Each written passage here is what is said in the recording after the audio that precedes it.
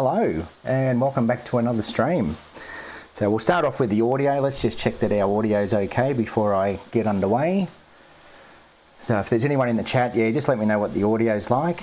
It should be fine. I've tested this a few times this week because I haven't had much else to do. So yeah, just let me know what the audio is like and we'll get started. Perfect. Okay, just got the thumbs up. G'day Peninsula Dronography Services, all good, thanks. All right, let's get straight into it tonight. So for those who don't know, just a quick update.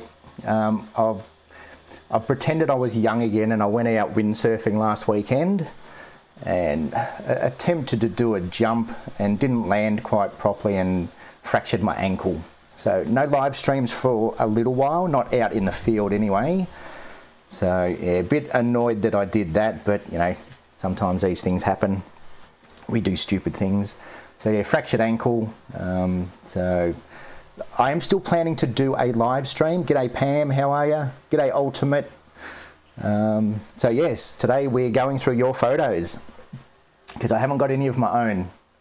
So yeah, like I said, I do plan to get back out soon, and even if I'm in a wheelchair sitting on the jetty, I'll get out there and take some photos. G'day Knots, g'day Leslie, how are you all? So thank you to everyone who's in here already. Good to see some numbers early. And yeah, today there's something a little bit different. We're not going through my photos, we're actually going through your photos. So I've got 3 lots of photos. I've got some from Leslie, who sent me some really nice photos. Got some from Pam, which I've been sitting on for quite a while. And I've got some from Ultimate. And what we're going to do is I'm just going to pick 2 from each of these little selections, okay? Because otherwise it might take a little bit too long if I go through all of them. So I'm just going to pick 2 from each, but I'm going to show you all their photos because they're really, really nice photos. And I think it'll be nice to share them. Peninsula Dronography Services. It sucks when the mind says one thing and the body says another. Yeah, nah, exactly. You know, I'm an old man living in a young man's body. So, yeah, so hello and welcome. And let's get straight into it because, yeah, I'm going to... what I've done, the photos that I've picked on purpose. So Leslie's got some really nice seascape images. Pam's got some really good wildlife images. And Ultimate's got some dog portraits, which is something that I sort of haven't covered before. I'm just going to give her some ideas on how to edit. 'Cause the photos are fantastic. Like all of these photos are really good as they are. So I'm just going to give you a couple of little ideas of what we can do to them. Not so much to make them better, but just to just lift some of the detail and just bring a little bit more out of what we've got.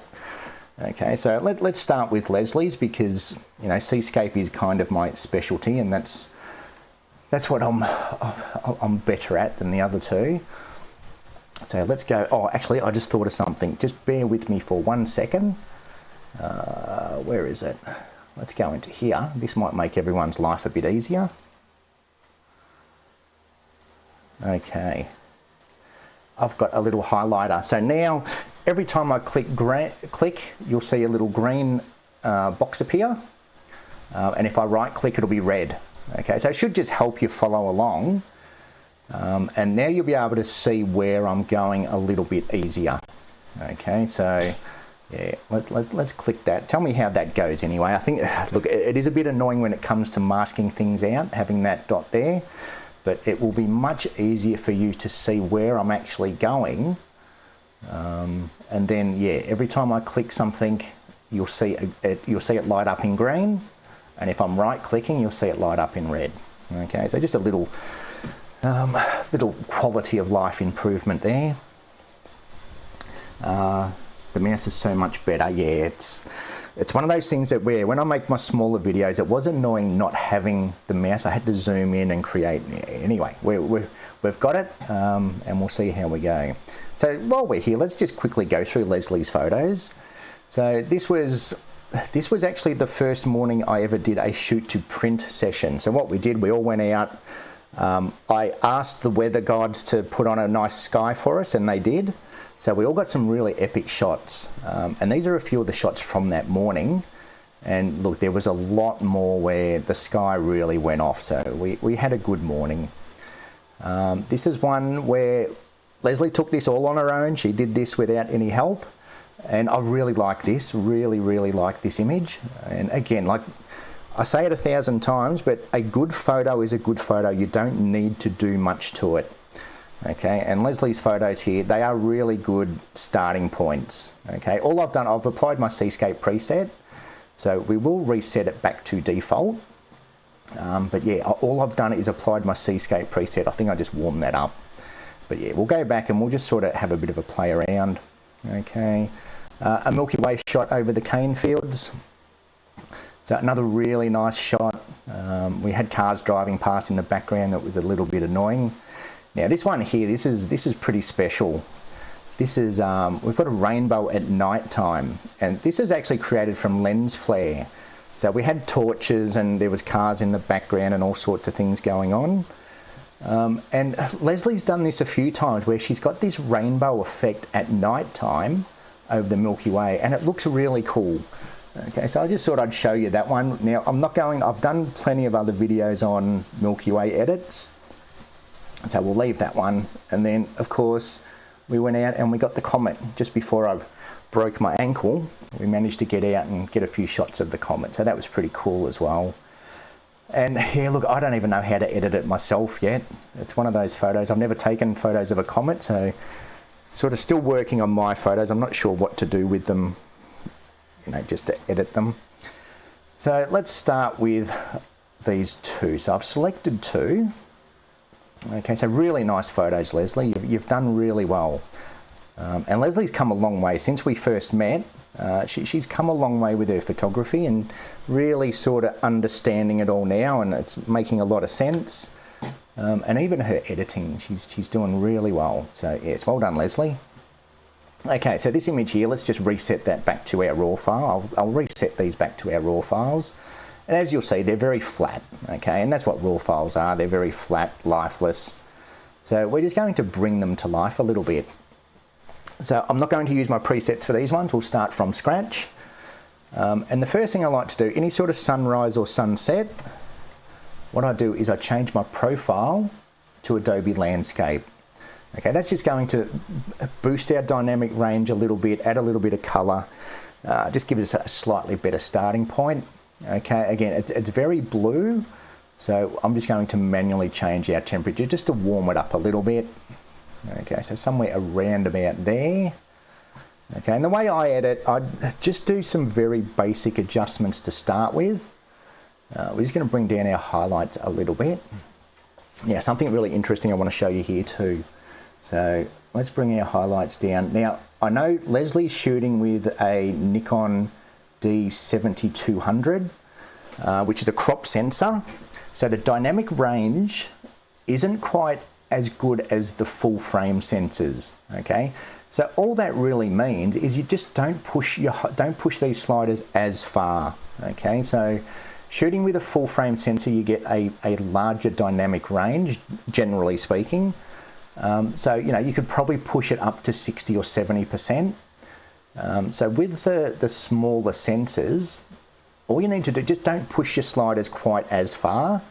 Otherwise they start to do a few weird things. And if I zoom in on here, okay, so for starters, we're starting to introduce what's called chromatic aberration. Okay, so these greens and purples, and that is going to happen. Almost any lens will do it. The really expensive lenses handle it better. But almost every lens will do it, and that's sort of, it's part of a downfall of, like, when you start to push these sliders, you're just amplifying any imperfections. Okay, so, you know, with our highlights, we don't need to go down too much. Okay, once we start to push it, things just, you know, they get a bit dull and flat. So we're just going to take our highlights down a little bit. But this chromatic aberration, this is part of one of my presets, and I apply this to every single photo I ever do. And we just go down to our lens correction and click remove chromatic aberration, and just like that it disappears. Okay, so I do that with every photo. That's just an automatic tick. Okay, so look, I've got a couple of lenses that don't show it at all, barely, but but it's just one of those, it's a good habit to get into, okay? And we're going to enable our lens profile as well. And Lightroom will pick up what lens we're using. Okay, so that just gives us a better starting point. Okay, so now if we just zoom back out, okay, like, you know, uploading to Facebook and social media, you're not going to notice that chromatic aberration. But we printed this image, and when you're printing things, yeah, you want it to look nice.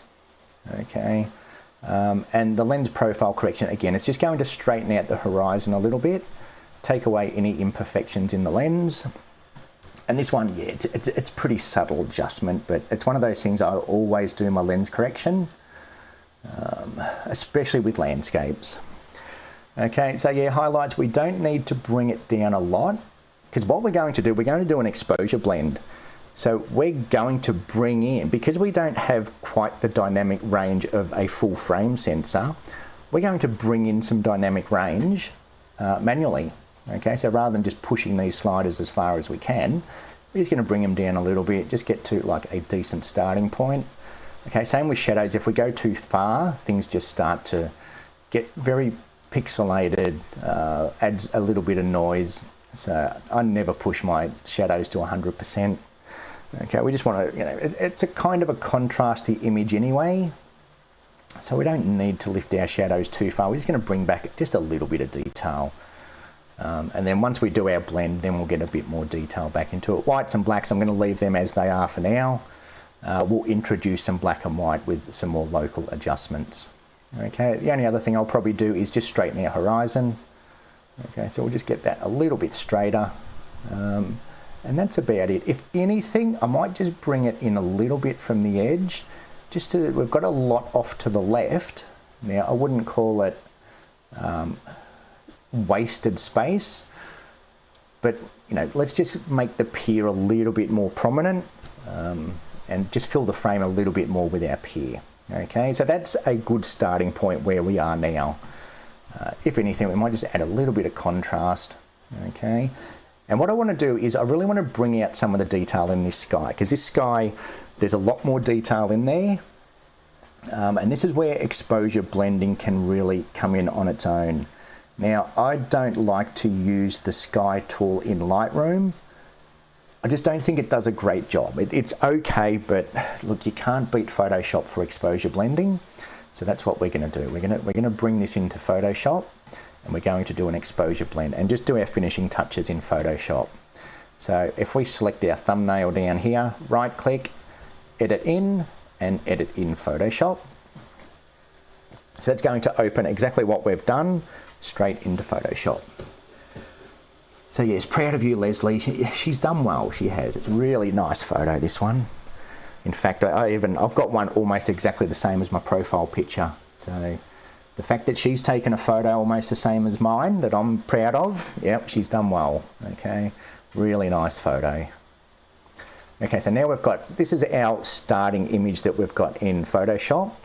So the way I like to do it, rather than do our local adjustments in Lightroom, let me go back to Lightroom. Yeah, look, I've had a few issues with this update that Adobe have done with their Lightroom and Photoshop. So bear with me, things have just been running a lot slower than normal. I don't know if anyone else has noticed it, but yeah, this new update that Adobe have done, things are just running a little bit slower. And yeah, had some weird things happen. So let's see if we can get through this stream without Photoshop or Lightroom playing up on us. Okay, so now what I'm doing, I'm only looking at the sky. So I'm not worried about my foreground. I don't care what's happening in the foreground. We'll deal with that separately. All I'm looking at is my sky. So I'm going to bring down the exposure.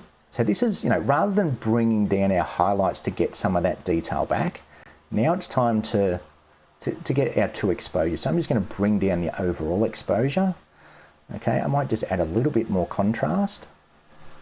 A little bit of texture and a little bit of clarity will just help pop the sky out a little bit better. Maybe a little bit of vibrance just to give it some color. I'm going to do a quick adjustment. Again, I'm only looking at the sky at this stage. So I'm going to grab a radial gradient. And look, I'm going to kind of overcook these images, because when you look at them on YouTube, YouTube does some pretty harsh compression. So if I don't over edit, you're not going to see a major difference. So just bear in mind that everything I show you now, I am over editing, okay? I'm over editing for the purpose of YouTube and to show you what you can do, okay? So when you do your own editing, don't do what I'm doing, just dial everything back a bit, okay? So I'm going to bring up our temperature, okay, to get that nice golden glow. So look, normally I would take it to about there, but you're not going to notice a difference, okay? But the way the YouTube works, if I bring it up subtly there, I can see a big difference. You're not going to see much. So for the sake of YouTube, I'm just going to crank this up so we can actually see what it's doing. And then I'm just going to bring the clarity down a little bit as well. And what that'll do is just soften that glow in the sky. Okay, so somewhere about there.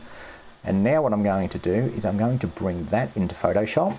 And that's our sky exposure. So I'm creating two exposures off the one file, okay? So now that I've got both of them opened in Photoshop, okay, so there's our base image, and look at the difference between that sky and that sky, okay? So Photoshop just gives you a lot more control over what you're doing. Okay, now if I'm just using the move tool, so this one up here is the move tool, and if I just hold the shift button and click here, so we'll cancel that. So I'm holding the shift button, click and drag, and that's going to place that darker exposure on top. Okay, so now we've got two layers. We've got our background layer, which is our starting point, and then we've got our sky exposure. Okay, now the way I like to do this is I'm actually going to copy my background. So Control and J will make a copy of the background, and I'm going to place that on top. Because for this to work, this is my exposure blending method, and it's a luminosity mask is what we're doing. So what I'm going to do is create a mask. So just follow along where my little mouse is clicking. So I've created a mask, and now I'm going to click on the actual thumbnail. So I'm clicking on this thumbnail here, going to my channels panel. Now I'm going to hold Control and select RGB. Okay, and you'll see these marching ants appear. So that means we've created a luminosity mask. So what it's doing, it's selecting the brightest parts of the image. So now that we've selected the brightest parts of the image, if we click on our layer mask over here, and we go over to our brush tool, which is this one, and with a black brush, so square bracket key will make our brush either bigger or smaller. Okay, I want a nice big brush. I'm at an opacity of 100%. And what I'm going to do is paint on this mask, and what that's going to do is start to reveal what's underneath, which is our sky exposure. So, and I can paint over the pier, and you watch what happens. Okay, so I've just given that a few little brushes, and if I press Control and D, that will deselect all the marching ants. But have a look at that layer mask. Okay, so what it's done, it's blacked out the brightest parts, and it hasn't touched the pier. Okay, so the darker parts, that's what a luminosity mask does. It only selects the brightest parts of the image. So if I hide that middle layer, there's our starting point, and now we've just blended in that sky. So we've done an exposure blend with one raw file. Okay, so really good technique for, you know, if your camera doesn't have a great dynamic range, and especially the old, well, most of the new cameras, like even the new Micro Four Thirds cameras, the dynamic range is a lot better than they used to be. But yeah, I've got a Canon 50D that's kind of the same era as Leslie's camera, and the dynamic range just isn't as good. Like back then, it was okay, but it wasn't great. And that's where, like exposure blending, now we've got that range back. Okay, we've got all that detail in the sky without pulling back our highlights and our whites and doing all those global adjustments. Okay, so, and then if we just go up to layer and then flatten image, okay, so now that's starting to look better. Now our sky's looking a little bit better. Now, what I want to do now is, again, I'm going to press Control and J.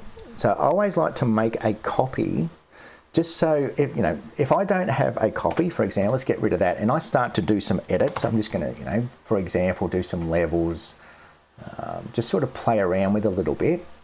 Okay, I have to undo anything that I've done if I don't like what I've done. Okay, so I'm going to just press Control Z, that's going to undo it. If I press Control and J and make a copy, okay, I can do anything I want. I can do any sort of adjustment, and And then if I don't like it, I can just get rid of that layer and I've still got my original file underneath. Okay, and then by clicking your top layer or your copy, you can kind of see where you've gone to. And you know, you might like that effect and you might just want to bring down the opacity of a little bit. Okay, so I always like to make a copy whenever I'm going to edit. Okay, so I'm going to do some more edits on this. So Control and J. Now I am talking quickly because I've got 6 photos to get through.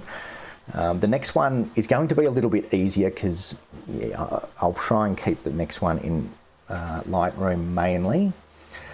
So now what I've created another copy. Now if we come up to here, up to filter, and we've got our camera raw filter. Now this camera raw filter, it's not the same as working on a raw file. It's like a variation of that camera raw filter. And you'll see what looks like a blown out sky. That's not a blown out sky. That's a color gamut issue, which I'm not going to touch on color gamut. But yeah, if you see those red marks appear, like your clipping warning, not necessarily mean you've overexposed. It just means that those colors are out of gamut. Okay, I'm not going to explain that. Nothing to worry about. It's just simply, it's mainly for printing. If you were to print this image, what that means is that those colors aren't going to be in the color space that we're using. Okay, so I can't remember what color space we're working on, but different color spaces just handle colors differently. The fact that I can see yellow there in the sky, that's nothing to worry about. Okay, if it was, let's just grab our whites for example. Okay, if it looked like that and the warning was on, then I'd be worried. Okay, but the fact that I can see color in that sky, that's an out of gamut warning more than a clipping warning. Okay, so don't worry too much about that. Now what I want to do is just start to bring some contrast into this foreground. So I'm happy where the sky is, that's fine, but now the foreground just looks a little bit flat. Okay, so what I'm going to do is I'm going to bring some contrast just into the foreground. Thank you for explaining everything so clearly. It's all making sense. Good. I feel like I'm going fast and I just want to sort of try and do a lot quickly. Now, another thing that I've noticed, and I vaguely remember on the day that Leslie had some fingerprints on her lens. So you can kind of see underneath this pier, there's like these light spots. Okay, and I can't remember whether it was water or dust, or I have a feeling there was some fingerprints on her lens, because the next photo that we look at is perfectly clear. Okay, so what I'm going to do is just tidy that up a little bit as well.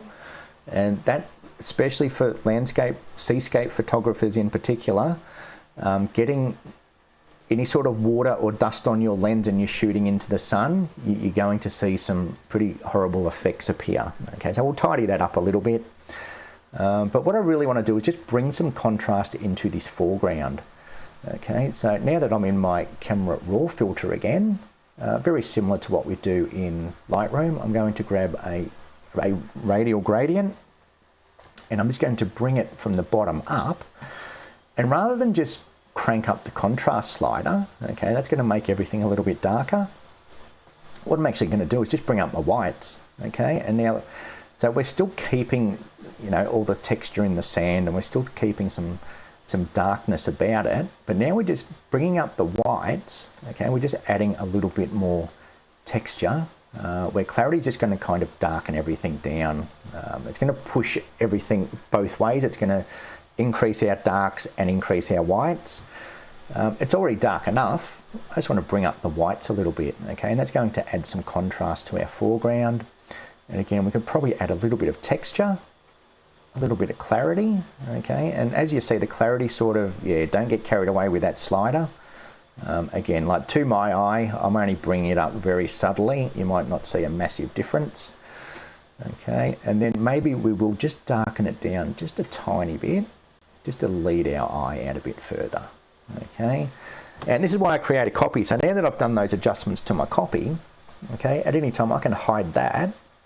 And again, you're probably not going to see much difference, but we've just added some contrast to that foreground and really brought out the whites. Okay, so the whites are really, let me zoom in so you can see it a bit better.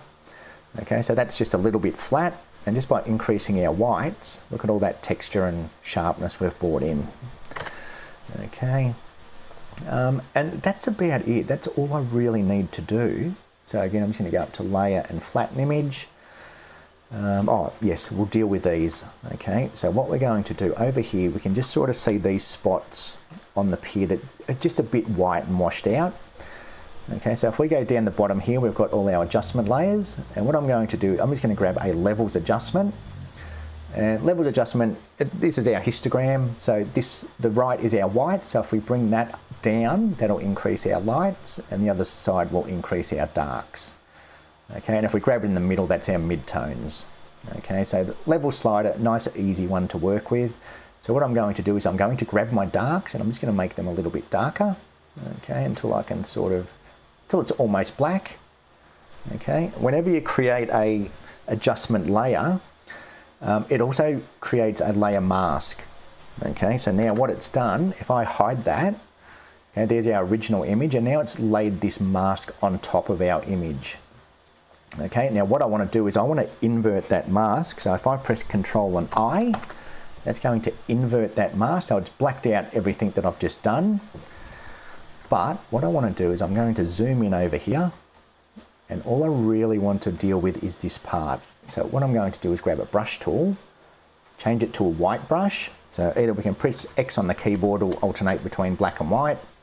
Okay, so brush tool, a white brush, and I'm going to bring my opacity of the brush right down low. Okay, bring it down to about 10%. And now all I'm going to do is just paint in some of those darker spots. Now you're not going to see this until I'm finished, but all I'm doing, as you'll see, every time I'm on green, I'm holding the button down, and I'm just kind of painting over those bits where I know all that lens flare is. Okay, so I'm just going to paint there, and all I'm really doing is painting into the darker areas. Now I'll overdo it a bit just so you can see what I'm doing. Okay, and now if I zoom out and undo that mask, look at that. Okay, so I've overdone it, made it a bit too dark, but now that we've got that mask there, now we can grab this opacity and that'll bring down the opacity of the mask. So that's all the way down, and as you can see, it's probably a bit more obvious now. And let's just bring that back until it looks a little bit more natural, just start to get rid of some of that. Okay, and that's a good thing with like having a nice light brush, you can target certain spots. So I just want to target that little patch there, that patch.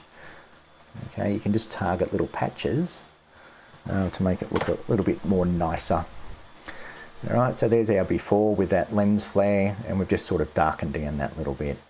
Okay, just with a levels adjustment layer. And that's about it. Like I said, you know, when you've got a really nice image, you don't need to do much to it. And then if we just go up to File and then Save, what that'll do is that'll now save that in Lightroom for us. So if we go back to Lightroom, okay, there's our original RAW file. And let's just reset that back to normal. So there's our RAW file, and that's what we've done to it. Okay. So g'day Linda, how are you? It was a beautiful sunrise. We got very lucky on this day. There was 4 of us down there, and it went off. It was one of those mornings where the colour was changing every couple of minutes. We got very lucky on this day. It was a very nice sunrise. And Leslie's done a great job in capturing it. Okay, and that's why we edit RAW files, because you look at that RAW file and it's very flat. Okay, RAW files are just, you know, they're a digital negative. Okay, you've got to develop your photo if you want it to look how it should.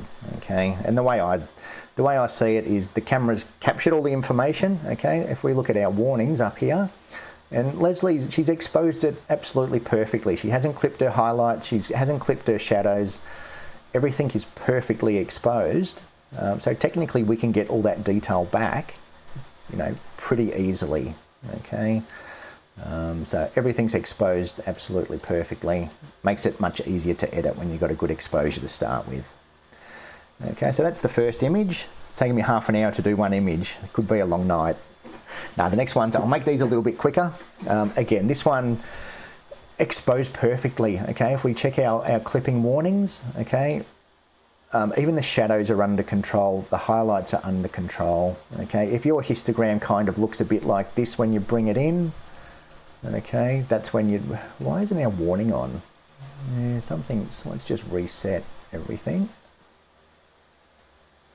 Yeah, see what I mean? Like Lightroom is doing some weird things lately where my clipping warning isn't working. It's, yeah, look, I'll worry about that another time. Yeah, Lightroom and Photoshop, this new update, I've come across quite a few bugs that are pretty annoying. One of them, my Photoshop keeps resetting. So, yeah, we'll push through. But yeah, everything's exposed like perfectly. So again, like, again, seascape, landscape, I'm going to apply my landscape preset. Again, it's going to boost the color a little bit. Probably all we really need to do with this one is warm it up. And this is where the personal preference comes in. Okay, so you know, some people might want it to be really warm. I prefer it the way I saw it. Okay, so it was blue hour. It was blue hour, so we want some of that blue in the sky, but we also want this orange on the horizon. Okay, so that's what it looked like more to my eye when we were there. We definitely had some blue in the sky, and we definitely had some orange on the horizon, and that's why I love blue hour. You get all that really cool color. Okay, and again, all we need to do is bring down our highlights a little bit. And in this case, we don't even need to lift our shadows, okay? You know, this one, I would go for a contrasty type look. We don't need to see all the details in those rocks, okay? So we don't need to bring up our shadow just for the sake of bringing up our shadows. Okay, maybe just a tiny bit to get some texture back in the water. Let's go straight down to our lens corrections and get rid of the chromatic aberration. Enabling the profile will get rid of any sort of vignetting as well. Okay, so again, like this is a really nice picture from Leslie, and yeah, this was a night I left her on her own. She did her own thing, and this is what she come up with, and I really like it. It's really nice. Again, you're going to hear me say it a lot. A good photo is a good photo. You don't need to do much to it. Okay, so we've got a dust spot up here. So we're just going to go to our remove tool. Okay, now lots of different remove tools here. I'm a bit old school. I'm just going to use the healing brush. Okay, and if we just pop a healing brush over that, Lightroom does a really good job at healing dust spots. Okay, that's all we need to do to that. The only other thing I would do to this is bring some blue back into that sky and just darken down the sky a little bit. So I'm just going to grab a radial gradient. And rather than bring down my exposure, I tend to just increase my contrast. Okay, I'm going to increase my contrast. Hang on, I've got the wrong filter on. I don't want that one. I want a linear gradient. I'm getting ahead of myself already. Okay, let's grab some contrast and bring some contrast down. And I just want it to sort of affect the top part of the sky. Okay, and just by adding contrast, it's going to darken it down and add a little bit of color. Okay, so just a little bit of contrast. You can even bring down the highlights just a little bit. Just darken the top will draw our eye. It'll hold the photo together better. When you've got a little bit of dark at your bottom of the frame and the top of the frame, it kind of leads your eye towards the middle, and that's where we want it. Leslie's done a good job with all these rocks leading out to our sunset. Nice foreground interest, nice reflections, like just everything about this photo I really like. Okay, so just by darkening that sky a little bit, and it's only subtle if we look at our before and our after. Okay, so you have the top of the image there, just very flat, where now it's just darkening it a little bit to bring us into the middle. Okay, and then this is where we want our radial gradient. So let me go back to this one, I think it was. Okay, so radial gradient. We're just going to take some of the harshness out of that sun. Okay, and we're going to warm it up a little bit. Again, I'm going to overcook this just so you can see what I'm doing. But normally I would bring it up by maybe 20 at the most. For the sake of this YouTube, I'm going to bring it up a bit and bring our clarity down, and that'll add a nice glow to the horizon. Okay, which is what it looks like more. In real life, it does look like it has a bit more of a glow to it. So we'll just bring again, I'm going to overcook it again. Like in reality, I'd probably bring it down about 20, but for the sake of YouTube, I'm going to bring that down. Okay, and that's one thing to keep in mind. Everything that I'm doing here, it's not full workflow. I'm just giving you ideas on what you can do to your photos. Okay, because yeah, you know, one of the big issues with YouTube is if I do the edits that I want to do, you're not going to notice a difference. You're going to be sitting there and going, oh, why did he bother doing that? You can't notice it. But yeah, when you're doing your own editing, you don't want to sort of overcook things. Okay, so now if we look at before and after, okay, and yeah, if anything, now I'm thinking it's a bit too warm, so I might just cool it back a little bit. Look, I like my blues, so somewhere around about there, and that's really nice. Okay, don't really need to do much more to that. You know, there's a lot more we can do, but yeah, like really nice photo. So yeah, there Leslie's two photos, really nice, well composed, exposed perfectly. Just everything about them is just spot on. Okay, all our leading lines, everything's leading towards the sunset. We've got all these stingray lines or little puddles. This one here, we've got the leading lines out towards the sunset. Okay, not too cluttered like the foreground. It's not too messy. It's a nice mixture of rocks. It's all, yeah, really nice. You've done well, Leslie. Very, very proud of you, I am. Okay, now on to the next ones. Pam's. Okay, now anyone who's attempted to photograph the rainbow bee eaters will know how tricky these guys are to shoot. Okay, and again, like these, we couldn't get close to them on this morning. There was 5 of us there, and you know, the bigger the group, the more spooked the birds will get. But Pam's done a really good job at capturing some really nice photos. And you know, we're at 400 mil. Like that will give you an idea of how far away these birds were. Even at 400 mil, they're still a long way off. Okay. Now this one here, it's just a shame that these sticks here. Okay. Yeah, they were hiding it. Like you'll see that most of these shots, they're kind of hiding in amongst the trees. It was very hard to get a nice clean shot of them.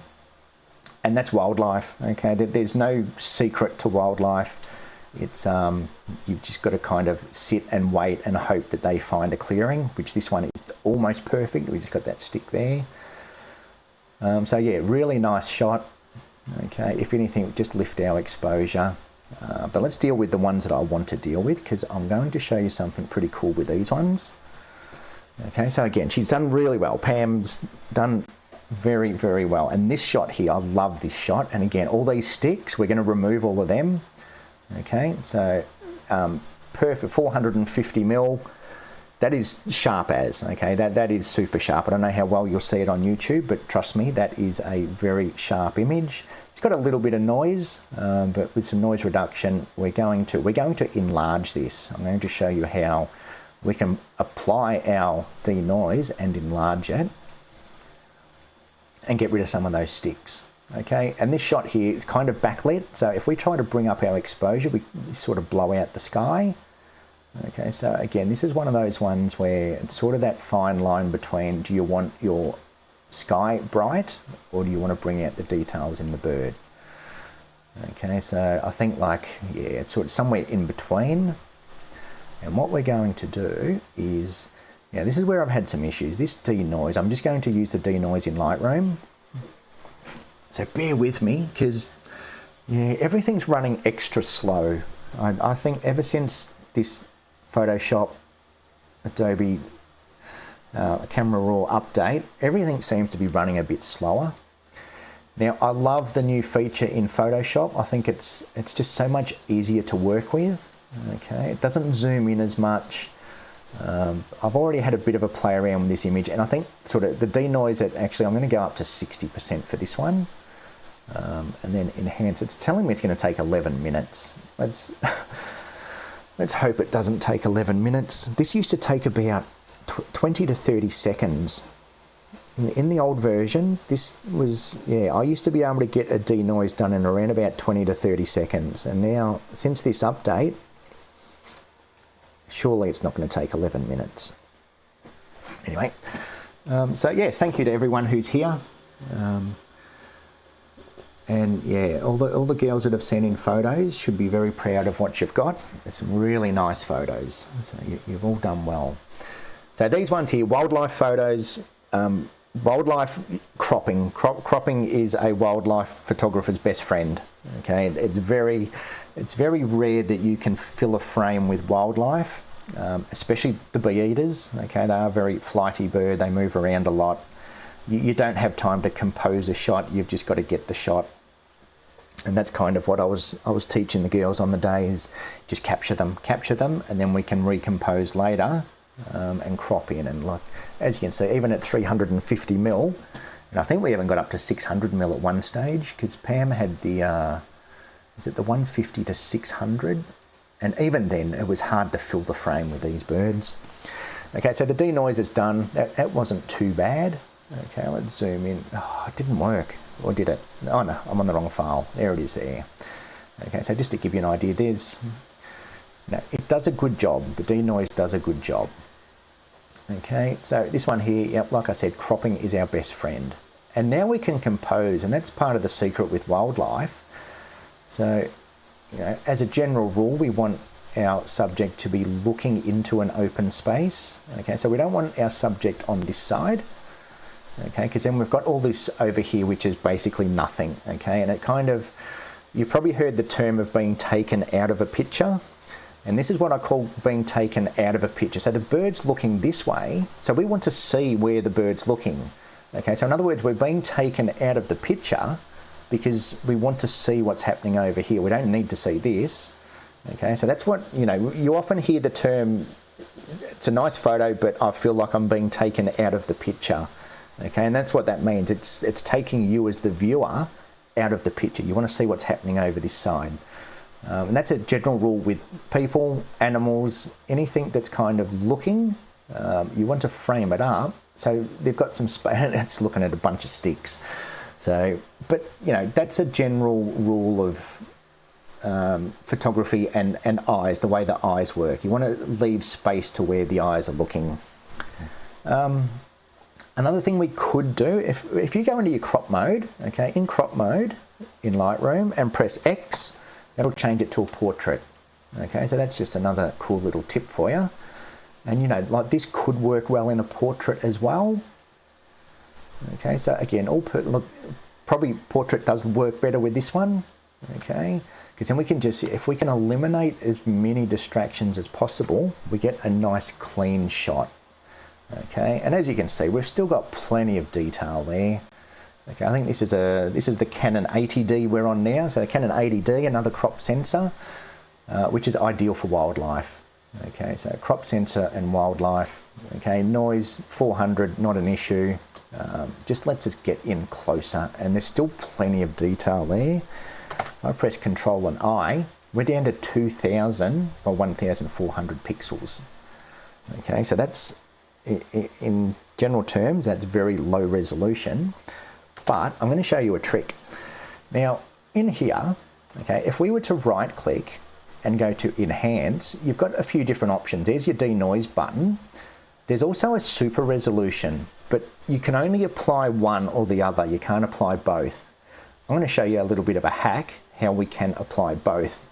And what we're going to do is we're going to bring this into Photoshop. So we're going to edit in Photoshop. We don't want to do it as a smart object, because if we bring it in as a smart object, it's just bringing in the raw file, and it's just going to give us another option between either denoise or super res. So what I'm going to do is bring it into Photoshop. Now, I sort of touched on the new super res in my last video that I did, and I don't like it. It doesn't do a great job. If you want to upsize images, okay, in Photoshop, if we go up to image size, okay, and the really important part here is this resample. Make sure resample's ticked, and we want this preserve details 2.0. Okay, and I reckon this does a better job than that super res. Like super res, it's okay, but this preserve details 2.0, I've been using this for a long time. And then we can change, so if we want to change this back to a 24 megapixel, we just change our height to 6,000 pixels. Okay, you can change it in dimensions. So a good thing if you want to print something and you want to print in inches, or if you want to print in centimeters. In this case, I want to see my pixels. I'm taking it back. I've going from 2000 pixels back to 6000 and press OK. And Photoshop, this 2.0 does a reasonable job at resizing. So now we've got a 24 megapixel image from what we've just cropped. Okay, now you're not going to get all of your detail back. It's kind of, it is doing a little bit of upscaling, but if I zoom in, like, look at that, we've got plenty of detail there. We can see all the, and we haven't even sharpened it yet. Okay, so if we go to sharpen, smart sharpen, okay, I've got a few presets in my sharpen tools. The default one's pretty good. Okay, so default's not bad. Depending on the size of the image, I tend to like the medium. Medium kind of does a good job. So amount 150, radius of 1.5, denoise about 10%, and press OK. Okay, now we've got a 24 megapixel cropped image. Okay, so you'll be able to print that, you know, reasonably big. And like I said, you know, it's not going to substitute with filling your frame, but just a good way of upsizing your images nice and easily. And again, if I just hit File and Save, that will save it back into Lightroom. But what I want to do, let me just show you another little hack. What I'm going to do, I'm going to brighten up this eye a little bit. So if I just, I'm grabbing my lasso tool up here, and I'm just going to select the eye with my lasso tool, press Control and J, and what that'll do, that'll make a copy of just the eye. Okay, so now if I click on that eye, for example, it's just going to affect that top layer. And what I'm going to do is press Control and L, and that's going to give me some levels. And similar to what we did before, if we bring up our whites, okay, see how that eye's getting brighter? And what we're going to do, we're going to overcook it. We're going to bring it up nice and high, create a layer mask, and if we zoom in and just black out the bits we don't want, so black brush, get our opacity back up to 100%. Okay, and we're just going to paint around the outside and paint the pupil. Okay, so there's before and there's after. We've just brought in a little bit of detail in that eye. Okay, so again, I've overcooked it so I don't think, you know, no, it's not realistic, but it just adds a little bit of detail back into that eye. Okay, and then because we've got a layer, we can just dial it back. Okay, so that's where it was originally, and you know, you might just want to bring it back a little bit. Okay, so somewhere around about there, just bringing a little bit of red back into that eye. Okay. So yeah, look, really nice image that Pam's captured there. You know, a few sticks, we could tidy them up. I'm going to do that in the next one. Okay, we're going to tidy up those sticks in the next one because we've got a lot of sticks to deal with. Okay, so I'm just going to hit File and Save. Okay, and now that's going to save that back into Lightroom. And there we go. So there's our original photo, and look how much we've managed to crop it in and just enhance it. Okay, so that's just sort of some ideas on cropping and resizing. Okay, so you don't really need that super res, just take it into Photoshop and resize it. If you really wanted to, now that we've created a TIFF file, watch this, we go to Enhance. Because we've created a TIFF file, you now get the super resolution. So now that's going, look, let me do it. This is now going to go from a 24 megapixel image, okay, so at 6000 by 4000 pixels. Now we've just super resed our upscaled image, and now we're going to have like an 80 megapixel image. So yeah, if you do want to apply both the denoise and the super resolution, just save it as a TIFF file, and now look, we're 12,000 pixels by 8,000. And if we zoom in, now we've gone too far. But yeah, look, it can be done. I don't recommend you do it, but yeah, if you want to do it, there is an option to upscale and make the image as big as you want. But yeah, you can't beat just capturing it all nice and tight in camera. Now, this next one. So this one here is super sharp. Okay, this is a really nice photo, and again, it's just these sticks in the background that are a bit annoying, and I haven't done anything to it really. Okay, applied our landscape. Okay, again, I like the landscape, especially on these birds, just brings out the color. Okay, we could probably bring up a little bit of contrast, bring up exposure. So yeah, again, a really, really nice image. But what we're going to do is, again, we're going to crop it and we're going to get rid of some of those sticks in the background just so we can isolate the bird. Okay, yeah, thank you for everyone who's here, and thank you for your patience. Because yeah, look, I've sort of, the reason I've picked out these photos is just to sort of give you some different ideas rather than just processing the same sort of thing. Going to give you some ideas on exposure blending, resizing, noise reduction, and then once we get into ultimates pictures, we're going to sort of do a bit of everything with those ones. So here again, like bird's super sharp. Okay, so as far as sharpness goes, we don't need to do much. Now, what we want to do is remove all these sticks. And at the moment, I don't like the AI feature. Okay, we can like select what we want to remove. And if you hit generative fill, that uses AI. I still prefer the old school way. I don't like what AI does.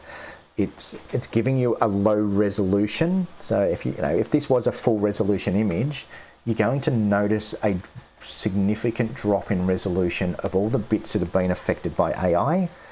So the old school way, which I still think is the best way, it's probably not the easiest, but it's the best, is the clone stamping tool. So if we grab this clone stamping tool, and again, I don't like to do it on this image, okay, because if something goes wrong, I want to go back to my original. So I'm going to press Control and J and make a copy. Okay, and I'll show you a good reason of why you should always make a copy. And now with this clone stamping tool, I could have done a noise reduction, but the way, look, I would have normally noise reduced this first, but the way Photoshop's been, it's just running too slow. So I'm not going to do the noise reducing at this stage. So clone stamping tool, and what this will do, it'll sample wherever we click. Okay, so if I press the Alt button, you'll see this little symbol appear. Okay, if I let go, we're back to our tool. So the Alt button, you hold that down and you sample an area. Okay, so I'm just going to sample here. So I'm just clicking over there. And now when I paint, it's sampling over to the side. Okay, so this is a much better way, because then you can actually sample part of your image and not rely on AI trying to think about what it needs to do. Okay, and it's actually taking it pixel for pixel. It's not, the AI is going to make everything look smoother and nicer. And this clone stamping tool, and if we go too far, and this is what I mentioned before, okay, so let's just say we accidentally go too far. Now that we've got that layer there, if we just create a layer mask, grab our black brush tool and just black out the bits we don't want, okay, or switch back to white, and then we can get in there nice and accurately. And again, you know, if we really wanted to, we'd get in like nice and tight. But yeah, by having that second mask there, we can see our original, and then we can see what we've done. Okay, and at any time we can just mask in and mask out if we go too far. Okay, so again, clone stamping tool, and I'm just going to select a bit just above, try and keep it as close as possible. Okay, so then you don't get such a large color shift. So select as close as possible, and then we're just going to start to paint out the bits we don't want. I don't know why that's not painting there.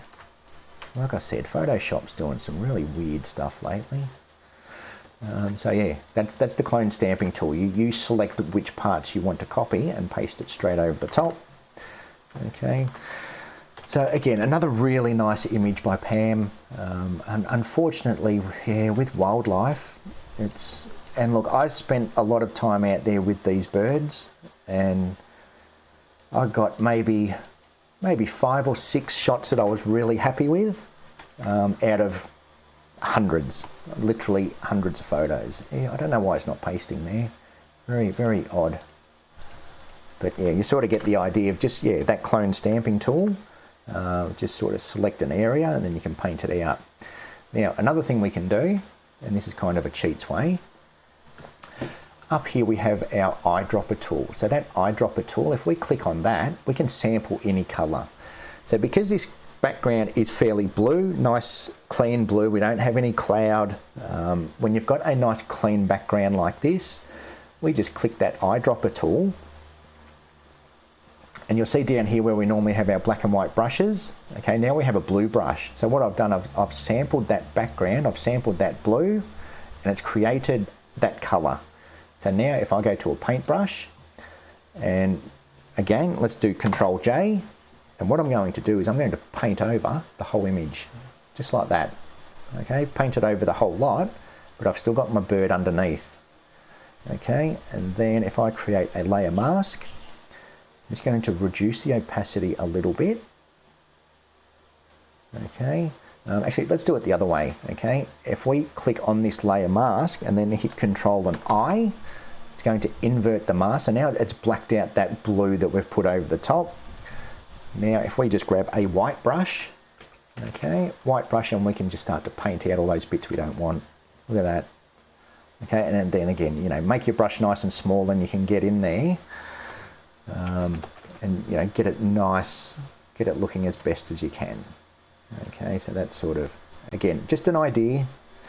The longer you spend, you know, it's like everything in Photoshop, the longer you spend with things, the cleaner you can get it. Okay, now this, I wouldn't recommend doing this if you want to print it, and I'll show you why in a second. But if you just want to upload this to social media at a super low res image, okay, that's pretty, and you know, maybe just sort of keep that stick there just so it looks a bit more natural. Make it nice and small and make the stick end. Okay, up here. Yeah, I don't know what's going on there. That's really bizarre that just for some reason, that little bit there. Yeah, oh, I did that on the original image maybe. So yeah, now we've kind of isolated the bar. Let's get rid of this bit here as well. Grab our mask and just kind of tidy it up. And that's, you know, you can zoom right in, get nice and tight in there. Okay, and now we've just sort of taken away all those sticks from our original image and just tidied them up nice and quick. So yeah, if you've got a nice clean background where it's all one color, that's a pretty cool trick to do. Okay, so again, I really love this picture from Pam. It's just so sharp, clean, sort of everything there. Really nice photo. Okay, and then again, let's just lay a flatten image. What a beautiful lens result on the second bird. Yeah, look, it's that lens is a good one. I think it's the Tamron 150 to, correct me if I'm wrong, I think it's a 150 to 600, a Tamron lens. And that is a super sharp shot. That is really sharp. So what we shot at f8, so f8, 3,200ths of a second, because yeah, we needed super fast shutter speeds for these birds. f8 is kind of like the sweet spot for most lenses. So yeah, perfect. Really, really nice shot. Okay, and then we're just going to go up to File and Save. And that's just going to save it into Photoshop, into Lightroom. All right, we're up to nearly an hour. We're going to go over the hour mark. Okay, so, and that's Pam's images. So yeah, Pam's done really well. Yes, 150 to 600. So yeah, look, I love that lens. It is really nice. Okay, and again, if we wanted to, we can just right click, and if we do the enhance, do super resolution, okay, and then what it'll do, the super resolution does a pretty good job on RAW files rather than on the TIFF files. And look, I'll cover another video on printing. I'll do another video on printing and how to upscale things for print. But yeah, for this one, so yeah, now look, we're back up to, that's around about a 20 megapixel image. Okay, so heaps of detail, and then, you know, we've created another RAW file. We can edit and do whatever we want to it from there. Okay, so yeah, really nice photos by Pam, and then we've got the eagle at the end as well. Okay, so another really nice image as well, and this one, yeah, okay, she's done well. She's got some really nice photos, but these two, these are my favorite. I love the pose in this one. Love this one as well, just the way the bird's looking to the side, nice, crisp, clean, really nice photos. Okay, so that was all about upscaling. Okay, so if we wanted to print these nice and big, we've kind of, you know, gotten rid of all the crap in the background, again, spend longer and you'll get like a nice cleaner image, but that's just a quick, easy, get it looking nice quickly. Now, lastly, let's get on to Ultimate's pictures. Okay, so Ultimate sent through a few pictures. This is her landscape. Now, I've done a quick adjustment to it and look really nice. Okay, love the flow in the water, good solid foreground, well balanced, and that's what I want to show off in with this image. This is well balanced. Okay, so even though, you know, we've kind of got the rule of thirds, it's just sort of got a little bit of everything. And this is, you know, taking photos during the day is really good practice. Okay, so she's got a filter on. I'm guessing a filter on to get that slow exposure. And this is what I tell a lot of people: go out during the day and practice compositions. Could you imagine coming back here with an epic sunset behind it? Okay, like as nice as this image is here now, could you imagine coming back and getting that same shot with a really nice sunset? Like, you know, and I know where the sun sets right about there, and that's kind of how she's composed it to wait for that sunset to get in there. So nice image, but yeah, look, as the name says, Ultimate Dogs. These, I love her dog photos. They are just brilliant. Okay, and another crop sensor. Okay, so this is the Canon R7. It's a fantastic camera. It really is. Like the amount of detail this camera captures, and paired up with the 70 to 200 2.8. Just amazing. I love, this is one of the ones I'm going to edit, because this is like all these bokeh balls. Love this picture. Just, yeah, just brilliant. I've been a big fan of her work for a long time. Yeah, really nice. Like all of these pictures. And again, I said it earlier, a good picture's a good picture. You don't need to do anything. These are raw files. These have got nothing done to them. Okay, these are all raw files. Okay, really nice. She's yeah, she's done really. I love this one as well. This one here, we're going to have a bit of a play with that one and this one, because the others don't need anything done to them. Like even this one here, love this. Like that's just, yeah, really nice picture. So I'm just showing off some of her work now because it's amazing. So if you're in Hervey Bay and you've got a dog, contact Crystal. Okay, Ultimate Dogs. Her name is Crystal, and yeah, look her up. If you need her contact details, send me a message. And yeah, if you're in Hervey Bay and you've got a dog, do yourself a favour and get Ultimate to take some photos for you. Okay, so if anything, like with this one, it's just, yeah, it's really nice. Yeah, see what I mean with Lightroom? It just went back to that other photo then.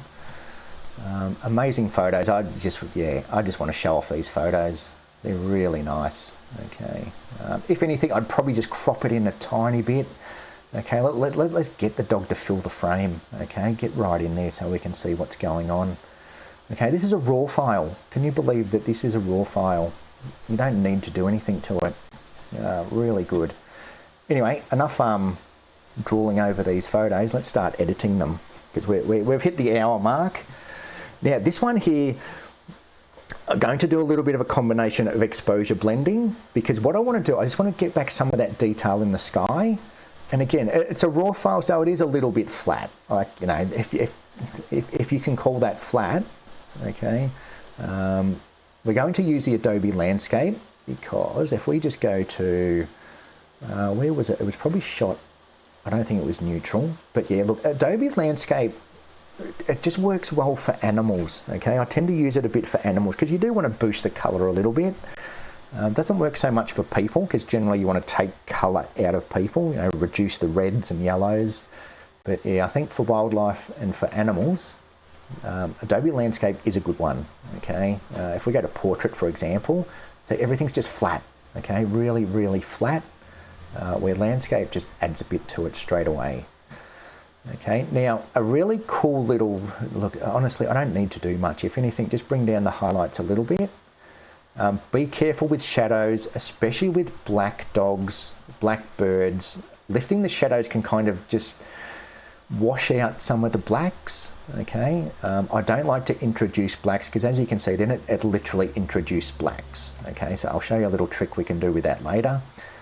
So yeah, subtle. When it comes to blacks, you just subtly want to lift them. You don't want to go too far. Okay, just bring them up a little bit.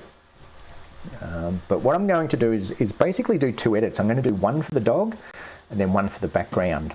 Okay, so I'm just getting my image roughly where I want it for starters.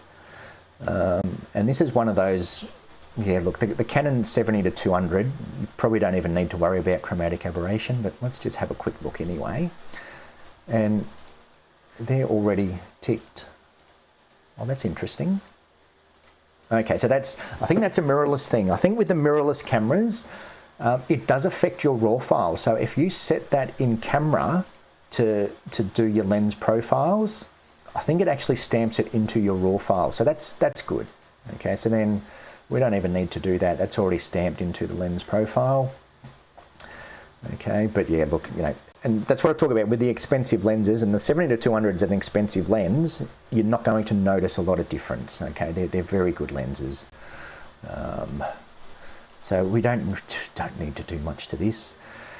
But what we're going to do, okay, so I've got the dog roughly where I want it. Maybe just a little bit more contrast. Maybe just brighten it up just a little bit.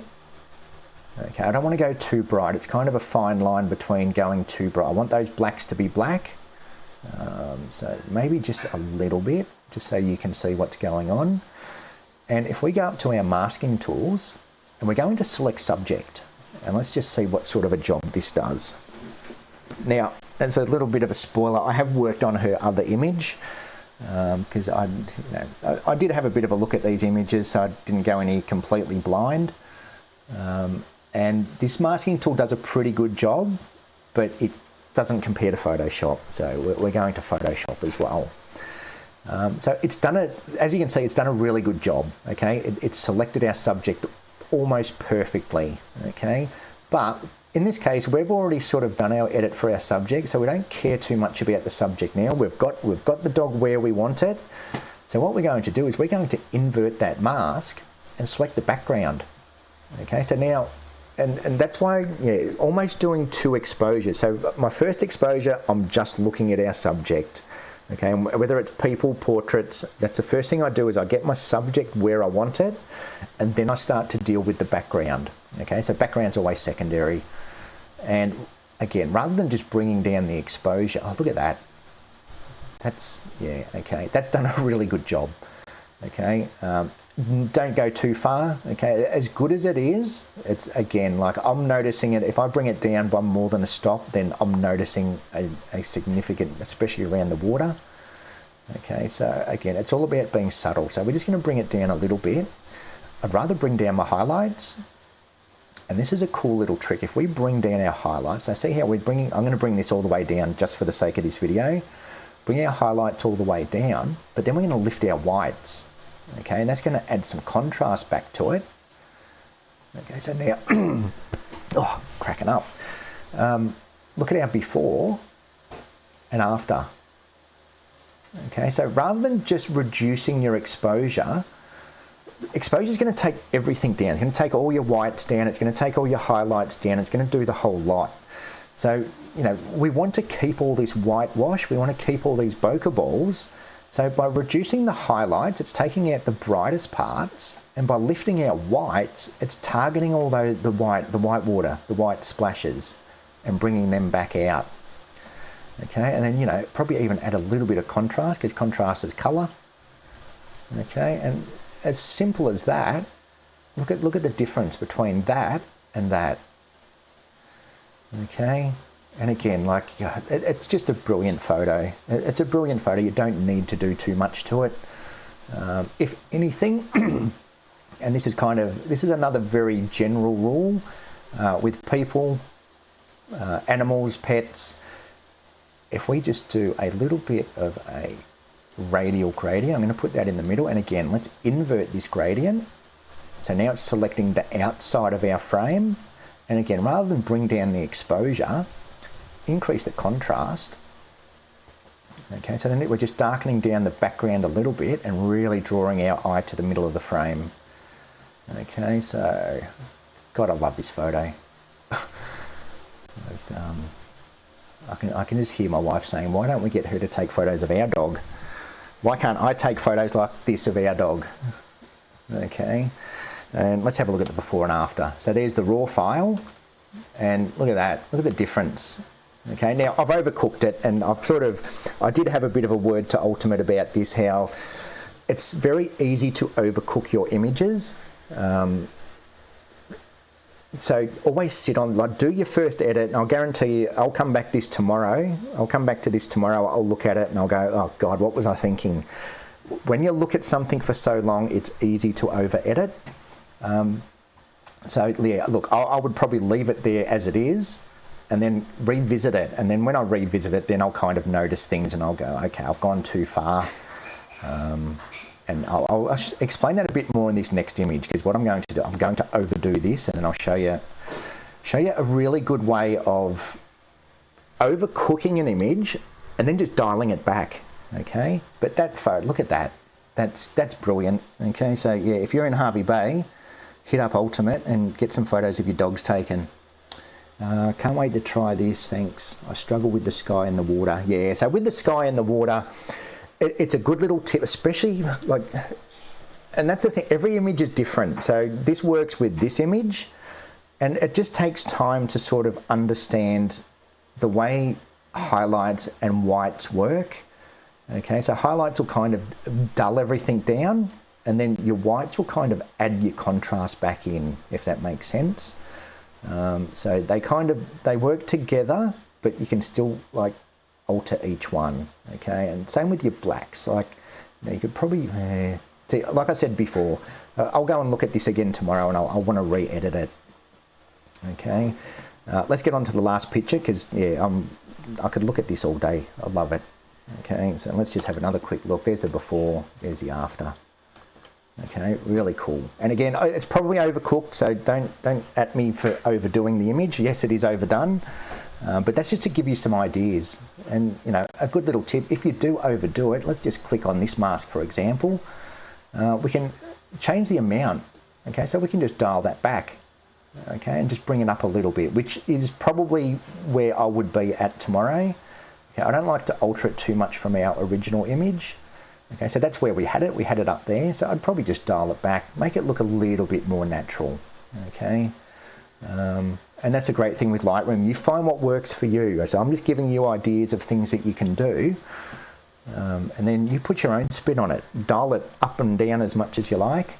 But yeah, that selection tool, very good. Okay, now this one.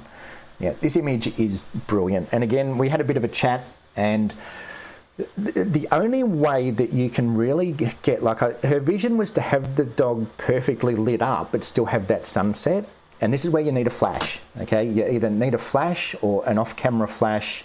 It's the only way of getting these sorts of shots. So I sort of, you know, I had it in my head what she was trying to achieve, but yeah, without a flash, this is what's going to happen. Everything's going to be kind of dull and underexposed. Just trying to read the chat. Love the action shots. How good are they, Linda? She's they're brilliant. I love her photography. Amazing. Eddie's amazing. Get my photos during the dog training sessions. Yeah, we need to get our dog trained. Yeah, look, you know, all three of these girls, they've done really well. Like, you know, Leslie, they're brilliant. As far as seascapes go, that's, you know, that's first class. Wildlife photos, brilliant, and then the dog photos are all.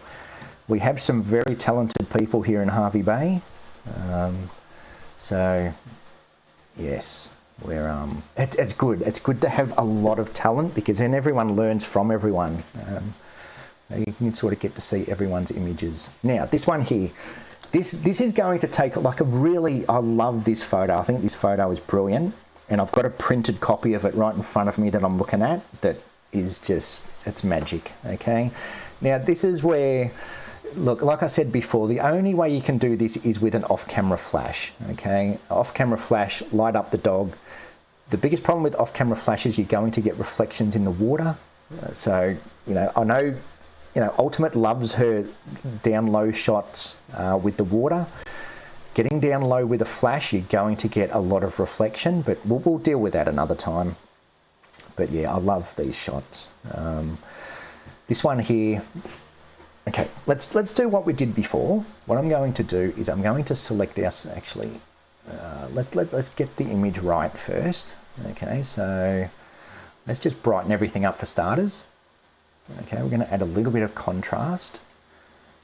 We'll take our highlights down just a little bit. So all I'm looking at this stage is the dog. I don't care about what the background's doing. I'm getting the dog to where I want it. Now, because it's underexposed, where are we? Where's my histogram gone? Okay, because it was originally underexposed, as soon as we start to lift our exposure anywhere up around that 2-stop mark, we're going to introduce noise. Okay, so ISO 500 is absolutely perfect. But because we're lifting our exposure so high, we're going to introduce noise.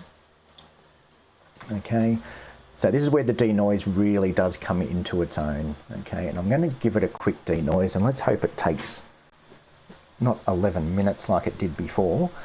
Let's do a quick denoise. I much prefer the Photoshop one. I don't like dealing with this one because the Photoshop one does a lot better. You know what? Look, I'm going to edit this in Photoshop because we need to. Okay, now I'll show you. We can use that new Photoshop denoise from Lightroom. So if I go right click, edit in, instead of just editing in Photoshop, I'm going to edit it as a smart object. And then what that's going to do, it's going to bring this raw file into Photoshop, and then we'll have access to our new denoise function, which it's a bit annoying that they didn't include it in Lightroom. I think it's a bit of a dud of an update, to tell the truth. They've concentrated so much on all these new AI removal tools. Okay, so now that I've opened it as a smart object, I probably did that too quick. Okay, I've opened this as a smart object in Photoshop. Let me just go back a step. Okay, so when you open it as a smart object, you'll see this little icon appear on the thumbnail. So that'll indicate that it's a smart object. So if we just double click on that thumbnail, it's going to open this up into Camera Raw. Okay, so now it's open in Camera Raw. Now we're basically back where our Lightroom is. Okay, so these are exactly the same as Lightroom, except for this denoise button. Okay, now we've got the Photoshop version of denoise, which runs off Adobe Camera Raw, which is in Lightroom, yet it doesn't work in Lightroom, so go figure. Yeah, a bit... I had someone comment on one of my videos that, because I made the mistake of saying that this was Adobe's major update, and he said that it's not exactly, there's nothing major about it. And no, there isn't nothing major about it, but you know, this is what Adobe call, this is their 2025 release. And yeah, to be honest, it's, you know, the denoise thing, it's probably one of the most minor things in there, but that's the best they've got. The AI removal tools are, yeah, they're low resolution basically. If you try and remove something and use AI, it gives you a very low resolution, which is useless for printing. If you want to print an image, just stay away from AI, because it's not doing a very good job at this stage. But yeah, look how long this is taking. This is really bad. Hopefully they'll roll out a patch soon. Because yeah, the denoise function, I used to be able to... YouTube is not receiving enough video to maintain smooth streaming. Oh, I just got a bit of a glitch in YouTube as well. So let me know if the stream is still going.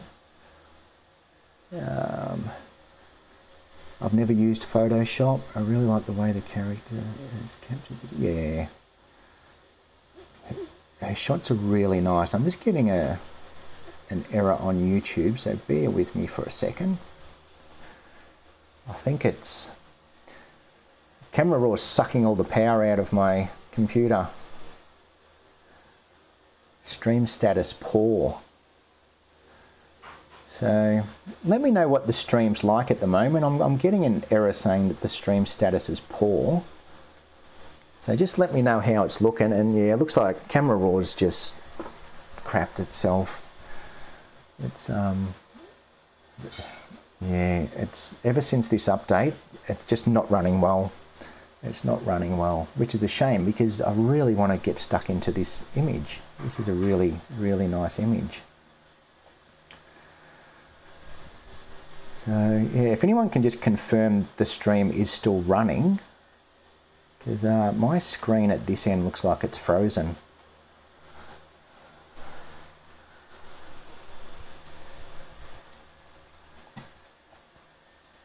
Just checking everything. Everything's still there. It's cutting in and out. Yeah. All right. Look, I might have to finish it up there because I'm getting an error message saying that the stream's about to. It's running poorly. So yeah, sorry, but I'm gonna have to finish it there. Let me cancel that for a second. Let me cancel that. Let me just close this down.